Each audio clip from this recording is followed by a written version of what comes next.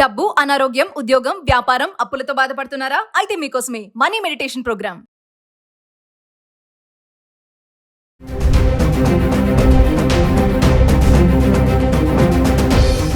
నమస్కారం, నేను మీ అడ్వకేట్ సంగీత.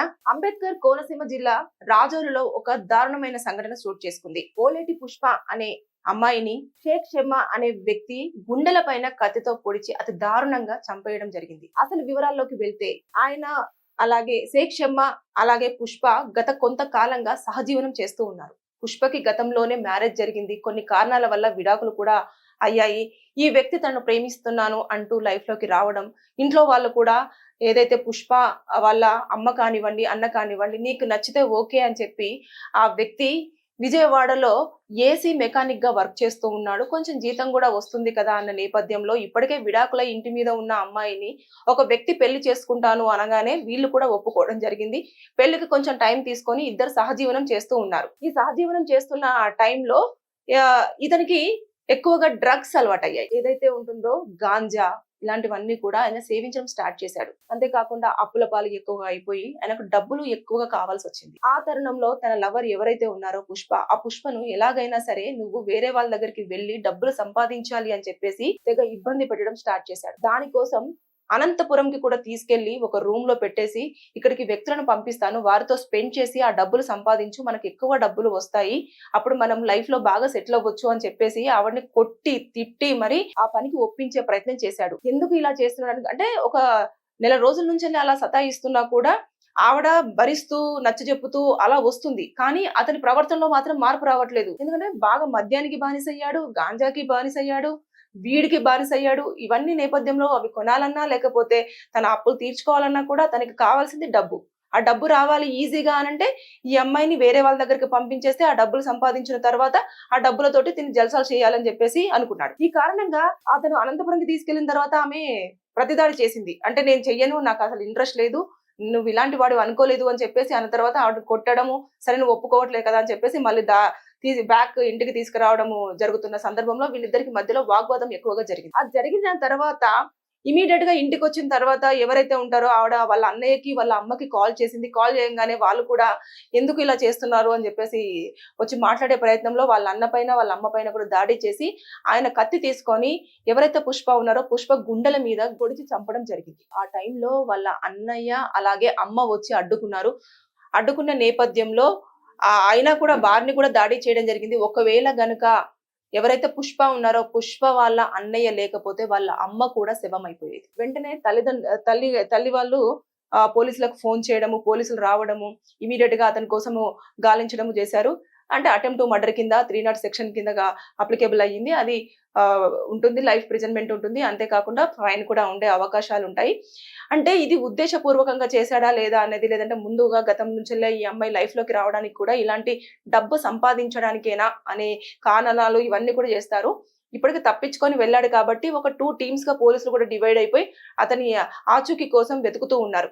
అంటే ఇక్కడ మనము ఏదైతే ఆలోచించాలో, ఒక పర్సన్ మనకు నచ్చినప్పుడు ఇలాంటి లివింగ్ రిలేషన్షిప్స్ అన్నిటివన్నీ కూడా చాలా ప్రాబ్లమ్స్ కి ఫేస్ చేస్తాయి. అంటే మీ వ్యక్తిగత విషయం అది అయినప్పటికీ కూడా ఇలాంటి సంఘటనలు చోటు చేసుకున్నప్పుడు మనము వారిని ఎలా క్వశ్చన్ చేయడానికి కూడా ఉండదు.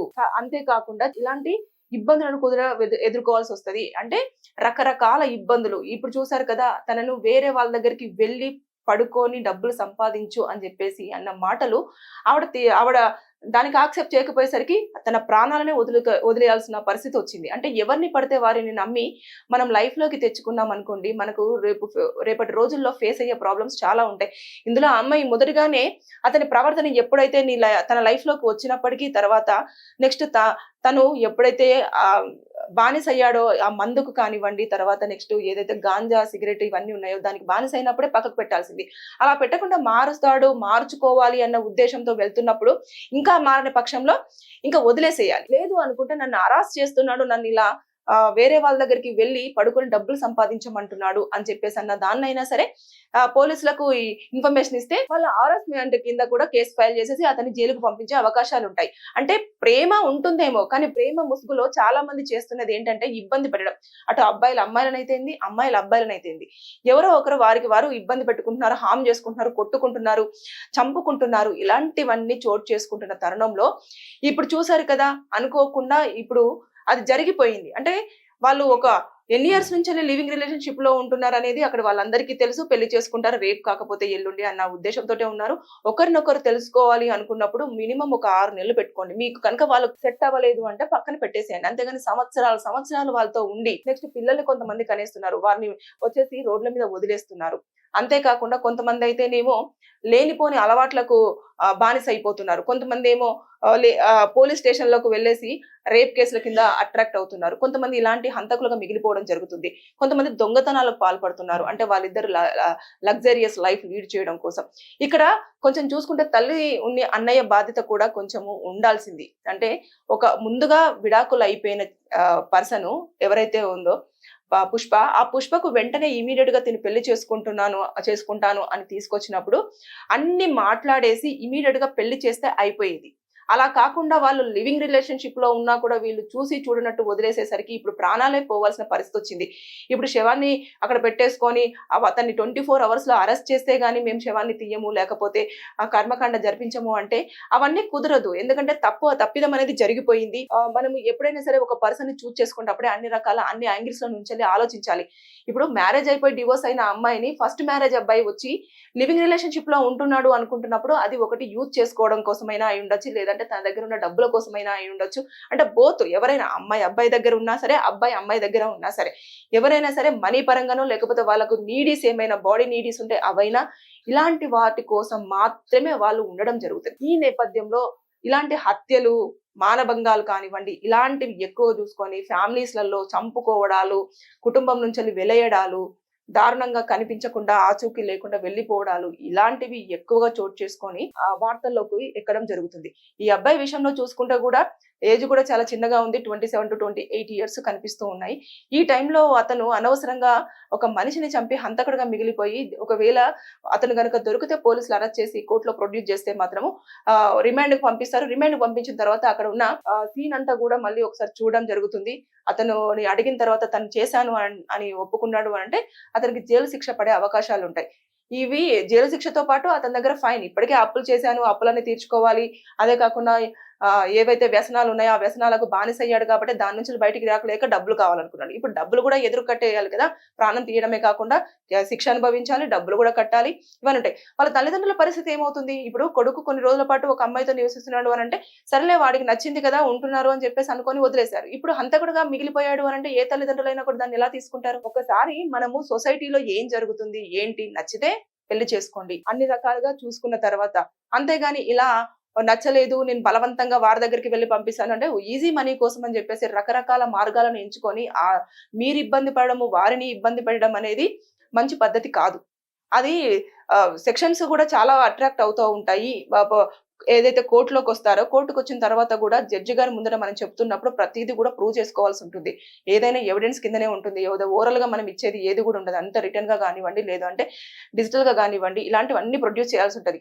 ఆల్రెడీ ఇతను హత్య చేశాడు అనడానికి అన్ని ఆధారాలు ఇక్కడ ఆల్రెడీ డిజిటల్ మీడియాలో వస్తుంది, కానీ దీన్ని కూడా ఒక సాక్ష్యంగానే పరిగణించడం జరుగుతుంది. ఎందుకంటే సోషల్ మీడియాలో ఆల్రెడీ రావడం జరిగింది. అక్కడ ఉన్న వాళ్ళు కూడా అతని ప్రవర్తన ఏంటి అని చెప్తారు, ఎంక్వైరీ చేస్తారు. ఇవన్నీ చూసిన తర్వాతనే అతని బిహేవియర్ ఏంటి అంటే ముందు ఎలా ఉంది, తర్వాత ఎలా ఉంది అనేది చూసిన తర్వాత నిజంగానే గాంజా కొడుతున్నాడా లేదా, అమ్మాయిల పట్ల బిహేవియర్ ఎలా ఉంటుంది, ఇన్ని సంవత్సరాల నుంచి ఒక పర్సన్ తో ఉంటున్నప్పుడు అతను అమ్మాయితో ఉండడానికి కారణాలు ఏంటి అనే యాంగిల్స్ లలో కూడా మొత్తం ఎంక్వైరీ చేయడం జరుగుతుంది. జరిగిన తర్వాత అన్ని ప్రూవ్ అయ్యాయి అనుకోండి, అతని జైల్లో 10 సంవత్సరాల వరకు కూర్చోవాల్సి వస్తుంది. ఇవన్నీ జరిగేటి అన్ని ఒకటే, మనీ, శారీరక సంబంధం. వీటి మధ్యలోనే బంధాలు, బంధుత్వాలు, ప్రాణాలన్నీ పోగొట్టుకోవడం జరుగుతుంది. ఒకసారి ఎవరైనా సరే ఆలోచించి మీరు చేసే పనిలో అది ఎంతవరకు న్యాయం, అన్యాయం అనేది ఆలోచించి సెకండ్ లో తీసుకునే నిర్ణయాలు చాలా ప్రమాదకరంగా ఉంటాయి. అలాగే కోర్టులో కూడా కేసులు ఫైల్ వచ్చాయి అనుకోండి, మీ కేసు కనుక శిక్షలు పడి జైల్లో మీ జీవిత కాలం అంతా అనుభవించాల్సి వస్తుంది. ఒకసారి ఏదైనా సరే ఇలాంటివి జరగకుండా ఉండాలి అనుకున్నప్పుడు చుట్టుపక్కల ఉన్న వాళ్ళు కూడా వాళ్ళ ప్రవర్తన విధానం ఏదైనా తేడాగా ఉంటే న్యూసెన్స్ కేసు కింద కూడా ఫైల్ చేయొచ్చు. ఇన్ని వేస్ ఉన్నా కూడా మనకెందుకులే అనే ఒక ధోరణి వల్లనే ఇలాంటి మన మధ్యలో తిరుగుతున్న మనిషి హఠాత్తుగా ఎవరో చేతుల్లో హతమై ఒక శవంలాగా మిగిలిపోవాల్సిన పరిస్థితులు వస్తున్నాయి. So be alert. మన చుట్టే ఎవరో ఎలా ఉంటారనేది కూడా మనం గ్రహించలేని సిచ్యువేషన్ లో ఉన్నాం. Thank you.